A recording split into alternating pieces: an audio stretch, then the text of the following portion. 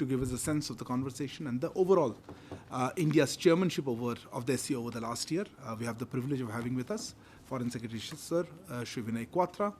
Also joining us on the dais, JS SCO, Srimati Yojana Patel. Sir, may I request you to make an opening remarks? Thank you, sir. Thank you very much, and very good afternoon to friends from the media. India, under our first ever presidency of Shanghai Cooperation Organization, hosted and we just concluded the 23rd meeting of the SCO Council of Heads of State earlier today. The summit was held in the virtual format. The meeting was chaired by Honorable Prime Minister and was attended by the presidents of Kazakhstan, China, Kyrgyzstan, Russia, Tajikistan, Uzbekistan, and Prime Minister of Pakistan. Heads of state of SCO observers, namely Iran, Belarus, and Mongolia and Turkmenistan, participated as guests of the chair. Heads of two permanent standing bodies of the SCO, Secretary General of SCO and Director SCO Regional Anti-Terrorist Structure, RATS, plus heads of international and regional organizations, including the UN Secretary General, heads of SICA, that is Conference on Interaction and Confidence Building in Asia, CSTO, Collective Security Treaty Organization, CIS, Commonwealth of Independent States, and Eurasian Economic Commission. They also attended the meeting. You all would have heard Honorable Prime Minister's remarks that were telecast live. To briefly capture a sense of it, Prime Minister underlined the India's contribution to SCO, especially in the last 6 years as member state, highlighted the new spheres of cooperation introduced and nurtured by India in the SCO, especially in the field of startup and innovation, traditional medicine, youth empowerment, digital inclusion, and shared Buddhist heritage of SCO member states. Need to work together to eliminate the menace of terrorism in the region and globally, in consistency with Article 1 of the SCO Charter. Equally and condemn terrorism and eliminate safe havens, flow of finance to such activities. Fight against terrorism as the basic mandate of SCO still remains a central goal of SCO, something that was underlined, emphasized by the Honorable Prime Minister and also echoed in the room by other countries. In terms of the flow of discussions and the points that were covered by different leaders at this summit, all of them exchanged views on the topical regional and international issues, on how to further deepen cooperation among the SCO member states within the SCO format, the issue of what proposals should be taken up for the reform and modernization of the organization, and also the common issues that concerning the region as also the organization. All the leaders welcomed the completion of procedure for Iran to join as the organization's full member state. Prime Minister also congratulated President Raisi on this occasion. The leaders also welcomed the decision on signing the Memorandum of Obligation of Belarus to join the organization as a member state. The process of Belarus membership will be completed by 2024 SCO Summit next year. As the outcome of the summit, the leaders adopted the New Delhi Declaration and 2 thematic joint statements. One on cooperation in countering radicalization leading to separatism, extremism, and terrorism, and the second one on cooperation in the field of digital transformation. Besides, the leaders also signed a total of 10 decisions. those decisions would be available to you separately. Essentially, a set of outcomes that are aimed at furthering the cooperation among the SCO member states in order to fulfill its objectives. You would all be aware that when India assumed the presidency of SCO in September last year, after the Samarkand Summit of SCO, Prime Minister Modi had articulated India's priority for the SCO chair with the theme of towards a secure SCO. Secure standing for security, economic development, connectivity, unity, respect for sovereignty and territorial integrity, and environmental protection. It provides essentially the template of our endeavors and the action that we took under our presidency. All our initiatives and proposals that we put forward during the SCO meetings in the time frame of our presidency were essentially structured and choreographed around this core objective of secure SCO. And our intention to open up new areas of cooperation and intensify engagement within the SCO was also built around it. At the India's initiative, 2 new mechanisms were created in SCO. We have spoken about this in the past also, namely the Special Working Group on Startups and Innovation and Expert Level Working Group on Traditional Medicine. The first meetings of these 2 working groups would be held towards the latter part of this year, and that would be aimed at framing cooperation among the SCO member states in these 2 areas. During our presidency, India hosted more than 134 events in the last 9 months. Unprecedented level of engagement with the dialogue partners and observers of SCO was also an essential component of it. There were in total, as part of our presidency, 15 ministerial level meetings and 4 heads of agency meetings across different areas, and the outcomes and decisions of those ministerial meetings have been captured in the various outcome documents of the SCO. I would just highlight 5 initiatives that were proposed by India and adopted at these ministerial level meetings under India's presidency. The first was on the concept of the development of digital public infrastructure, DPIs, for the promotion of digital technologies among the population, in particular digital inclusion and innovation. This is something which found mention and was echoed by almost all the leaders in today's summit proceedings. 2, on the cooperation among the SCO member states on emerging fuels. 3, on challenges, working together to combat the challenges of climate change, plastic pollution, marine plastic litter, air pollution, with focus on resource efficiency and circular economy. Related to that, but in a more action-oriented sequence, decarbonizing the transport infrastructure, promoting digital transformation and innovative technologies, again for efficiency and higher sustainability through cooperation among the SCO member states. And lastly, the first ever report on digital financial inclusion policies of the SCO member states. Besides, digital financial inclusion policies in the SCO member states. There was also a substantial segment of socio-cultural activities during India's presidency. This included SCO Millets Festival, I think it was in Mumbai, if I'm not wrong. Yeah. SCO Film Festival, SCO Cultural Showcasing at Surajkund Mela, SCO Tourism Mart, SCO Conference on Traditional Medicine. This was in the business-to-business format.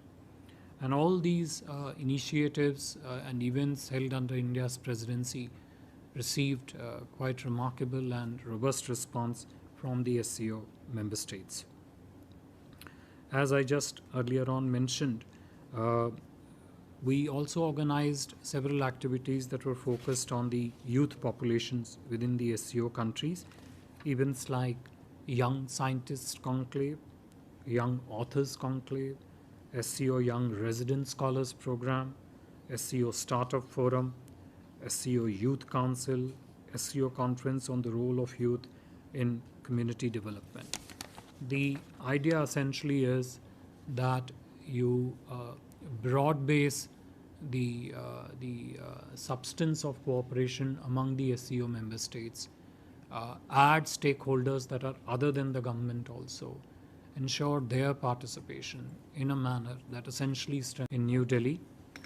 A special chair, and I would like to mention this in particular, a special chair on the shared Buddhist heritage was also created at the Nalanda University under the Government of India arrangements.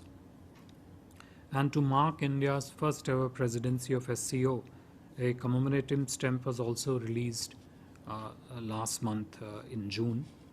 I am also pleased to inform that an Indian-themed New Delhi Hall was inaugurated recently at the SCO Secretariat in Beijing. It will essentially be showcasing a mini India in the SCO Secretariat. New Delhi Hall, in case that's what you are inquiring. The summit also saw today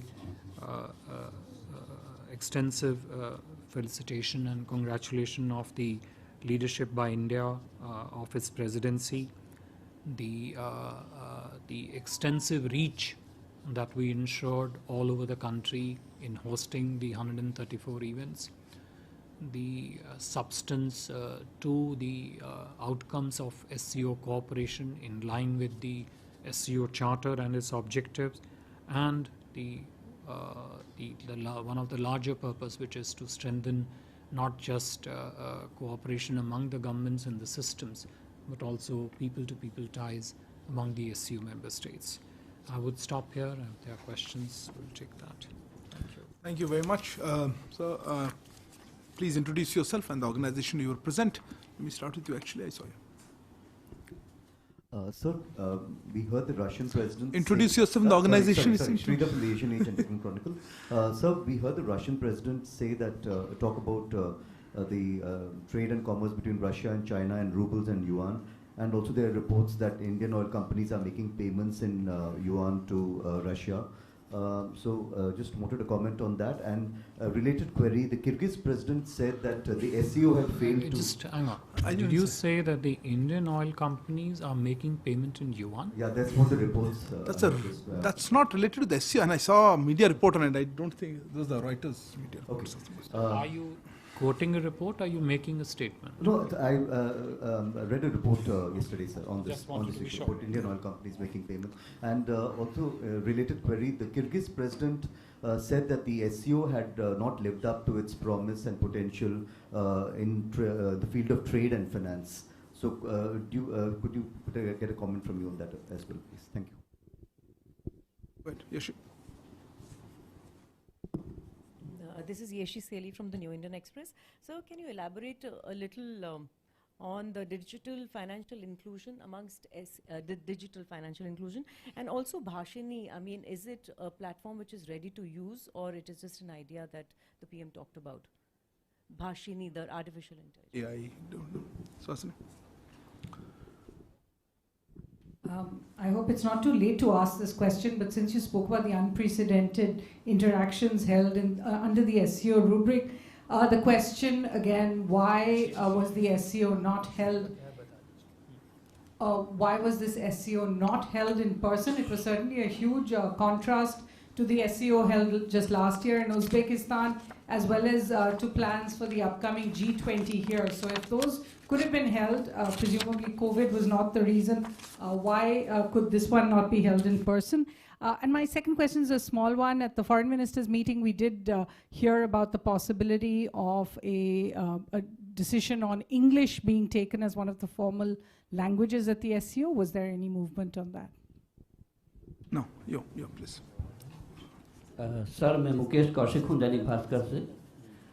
मैं आतंकवाद की तरफ जो पाकिस्तान जो मोदी जी ने इशारा किया है कि terrorism has become a major threat, उसमें अगली लाइन कोट करके मेरा सवाल मैं पूछना चाहता हूँ। Some countries are using cross border terrorism as an instrument of their policies providing shelter to terrorism and there should not be no place of double standards on such serious matters. Sir मैं अपने हिंदी पाठकों को समझाना चाहता हूँ कि ये पाकिस्तान के अलावा कौन सा देश है आप जो क्रॉस बॉर्डर प्रश्न पूछ रहे हैं कि कमेंट, सवाल क्या है आपका? पाकिस्तान के अलावा आपने कहा सम कंट्रीज, तो पाकिस्तान के अलावा कौन सा देश का जिक्र आप कर रहे हैं? प्रधानमंत्री जी को सुन तो लिया आपने, आप चाहेंगे कि हम क्लैरिफाई करें? एनीवे पाकिस्तान मैं नोट के कर अलावा दूंगा। कौन सा देश है जिसमें हम सम कंट्रीज कह रहे हैं? Some countries. और चाइना के अलावा कौन सा देश है जो डबल स्टैंडर्ड अपनाता है? अच्छा, थैंक यू। आपने उत्तर दे ही दिया आपको सारे। मैं क्या कहूँ, मैं रहने के लिए कुछ कहा नहीं। उन्होंने सवाल का उत्तर भी दे दिया कि पाकिस्तान के अलावा और कौन सा देश टेररिज्म करता है और चाइना के सिवा कौन डबल स्टैंडर्ड्स करता है। अच्छा, I had one more hand here. या Ayushi. Sir, Ayush Agarwal from ANI. So in the context of connectivity, Prime Minister also talked about respecting sovereignty and territorial integrity. So was that a message to Pakistan and China on the BRI and CPEC routes passing through Pakistan-occupied Kashmir, since earlier we saw there were reports of, expansion of CPEC despite India's concern? Again, you want us to analyze what PM said. Yes. Anyway, I will try to pass that question on. Just one second.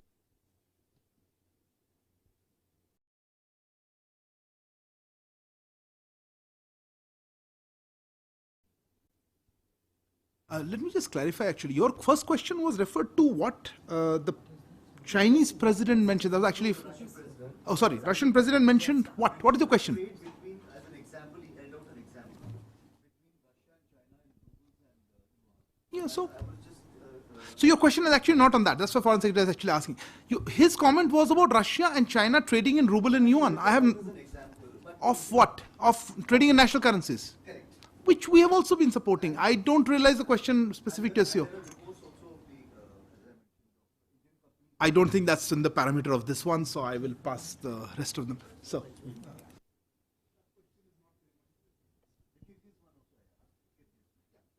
Kyrgyz one, yes, noted. Should we take a few more questions, sir? Or, okay, sir. Okay, yeah, ma'am, yeah, please. Runjan Sharma, India correspondent, RT. Putin suggested to transform the regional anti-terrorist structure of the SCO into a universal center that would respond to a range of security threats. Now, how much closer military cooperation does India think is possible within the SCO? Sorry, how are the two statements related? How? Military cooperation is not what RAT says about. Sorry? The regional anti-terrorist is not military, so I just want to make sure that link is not evident to me. However, we'll take that question.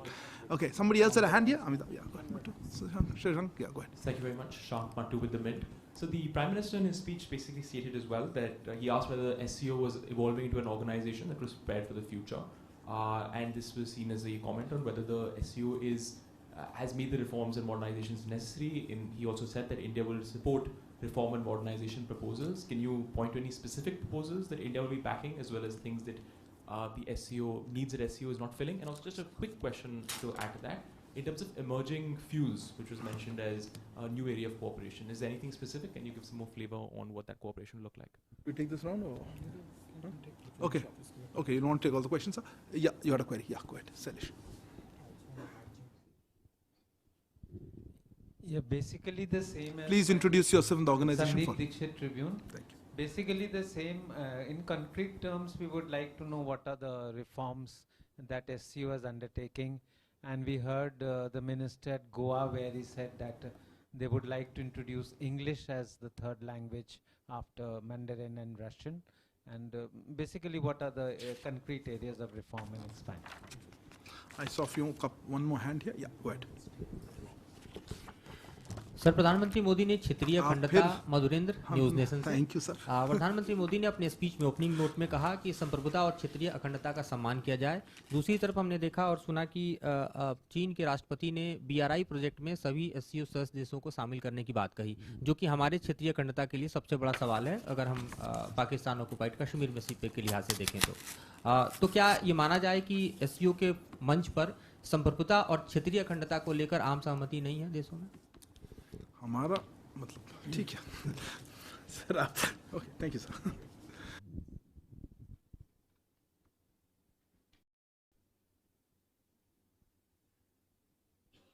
Let me just first round up the questions relating, there were 2-3 of them relating to sovereignty, territorial integrity.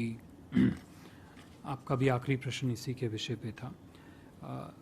You see, you would have, many of you would have followed the proceedings today, and the references to sovereignty and territorial integrity came both in the context of the charter of the SCO as also relating to the connectivity projects that the SCO member states are. In fact, connectivity was one of the key areas of focus in terms of cooperation among the SCO member states. But you would have heard and seen that Honorable Prime Minister clearly said in his remarks that connectivity is good and important for cooperation among the SCO member states, but connectivity has to be respectful of concerns relating to sovereignty and territorial integrity. That was very clearly stated. That is something which, on which India's position, both vis-a-vis how sovereignty and territorial integrity should be respected within the connectivity projects, how that interfaces with BRI. I think India's position on that has been clear and well known on that question.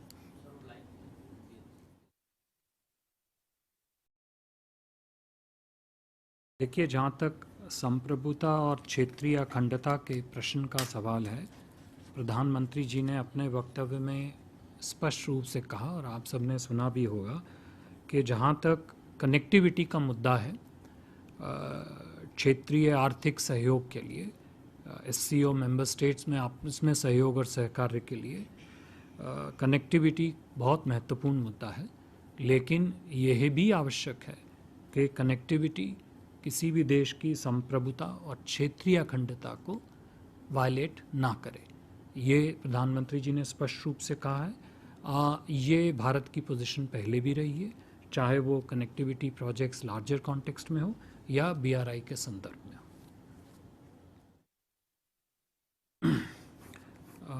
There was earlier a question on the use of English. I'm told that this is something which is ongoing. The discussions within the SCO framework, which discusses reforms and the general modernization of the SCO, the use of English in the work of SCO besides Mandarin and Russian, I think that is a continuing discussion among the member states to see how that can be taken forward. You see, this question came up in several forms. The question of terrorism, mandate of the regional anti-terrorism structures of RATs of the SCO. And as I mentioned in my opening remarks, the priority among the SCO member states to fight against the menace of terrorism is actually very clearly spelled out in Article 1 of the SCO Charter, which talks of the need for the SCO countries to come together to counteract problems of terrorism, separatism, and extremism. And the regional anti-terrorist structures that is headquartered in Tashkent essentially was framed and built essentially to meet this particular charter objective of the SCO, and that is a forum which brings together the SCO member countries in terms of what should be the modalities of cooperation among the SCO member states to fight this challenge. Now, whether that is in terms of information exchange on the specifics of the terrorism, extremism, separatist problem, whether that is related to the sharing of assessments among the SCO member states, and how exactly should the SCO member states strengthen cooperation among themselves to fight these challenges. Naturally, as the SCO has grown, the elements of cooperation in this space have also continued to grow. But one thing which it doesn't include is the military cooperation. I think that was the specific question. But I wanted to use the opportunity to answer to that question, to also frame it in the larger perspective of how the SCO member state prioritize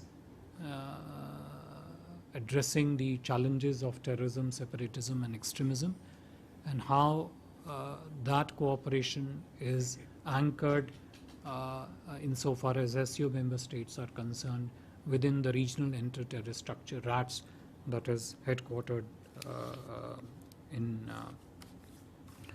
Tashkent. Look, on virtual summit question which was asked earlier on, this is something which we had responded to in great detail when we had held the original presser about the SCO Summit in one of the previous briefings.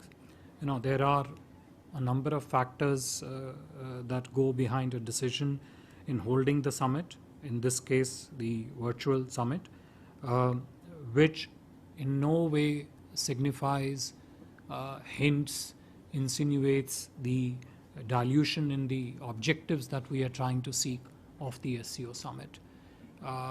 If anything, if you look at the range of activities that India has undertaken during our presidency, and I mentioned to you 134 meetings, events, not just of political nature, but also of economic nature and the cultural nature. The number of new initiatives that we have introduced during our presidency, a number of new mechanisms that the two key ones which I mentioned, one on the working group on, I think it was startups, and the second one was on the traditional medicines.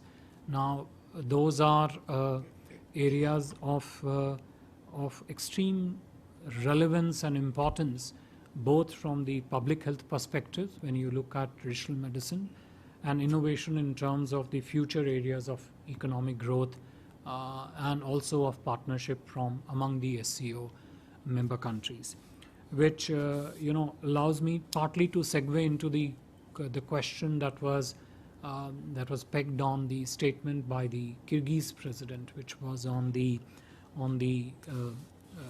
need for greater cooperation among the member states on economic issues in general, and trade, and particularly the financing modalities in particular. In fact, the question of a need for greater financing modalities was also something which was mentioned by, I think, a couple of other leaders of at the summit today also. Look, all along, one of the primary areas of importance for cooperation among the SCO member states has been to focus on how to really increase trade, technology, investment, tourism-related linkages.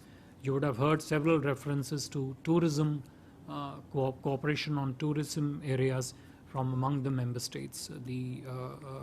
And that, in some ways connects to the decisions to declare cultural capitals also, which has a very strong linkage with the tourism element of the cooperation.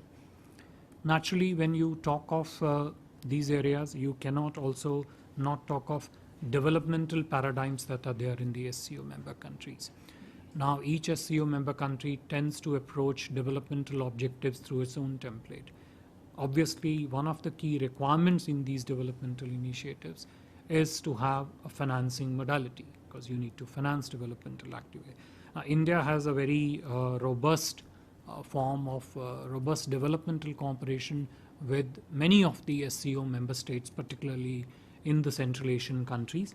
But this is definitely one of the areas on which SCO member states are very heavily focused and in charting next steps. And so when we talk of working group on startup and innovation, this in a way begins to address those areas of partnership which perhaps can be undertaken even without large financing requirements. They link directly to the aspirations of the youth in the society. And 3, they are becoming a very important segment of the new emerging domains of the economy, not just in India, but in other countries of SCO member states also. And this is something which has been traditionally a strong strength for us, and we think the SCO member states can benefit significantly based on what we bring to the table on this. Just see if there's one emerging field. Emerging fields, yeah. So, Yeshi, to your question on bashini, the use of this is something which is, I think, has been put forward by India in terms of how the AI, I don't know whether this is in a generative phase or a non-generative phase AI, but idea is to... July, sir? Yeah. No, the idea essentially is that the technologies associated with the domain of artificial technology, how they can be leveraged to meet the developmental challenges within the SCO member states. How India's experience in using AI and other related technologies in the digital space. So when we talk, in fact, one of the key documents, outcome documents that has been signed, thematic statement that has been signed today by the leaders, pertains to the cooperation in the digital space and artificial intelligence platforms. The one, bashini, of course, is a very concrete example, how they can be put forward on the table in terms of our capacities and used by the SCO member states to see how it can fulfill some of their developmental, economic and innovation priorities that they might have in the country.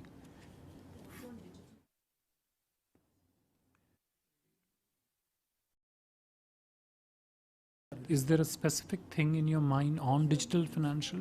Yeah, it's a report which is there, which has come out as one of the ministerial meetings on the digital financial inclusions.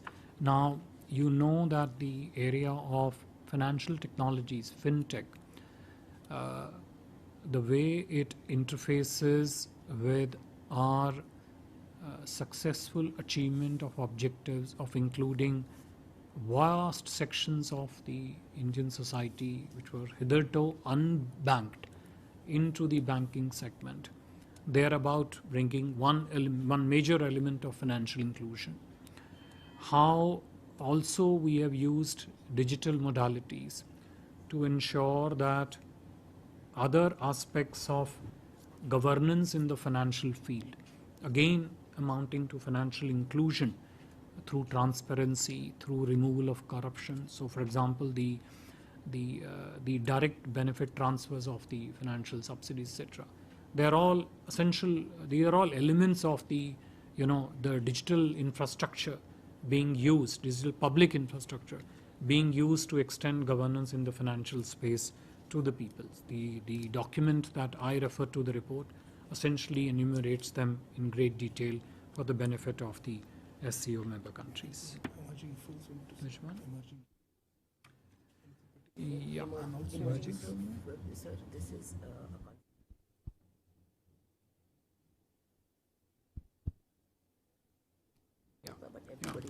See, the question of emerging fuels that was asked, when the energy ministers among the SCO ministerial meeting, when they met, this was floated by India as a concept paper in order so that the SCO member countries, their own priorities relating to emerging fuels. Now, whether these emerging fuels segue into the new and renewable energy segments, whether it's green hydrogen, for example, which is in a way emerging fuel dimension, but which also has a new and renewable energy dimension.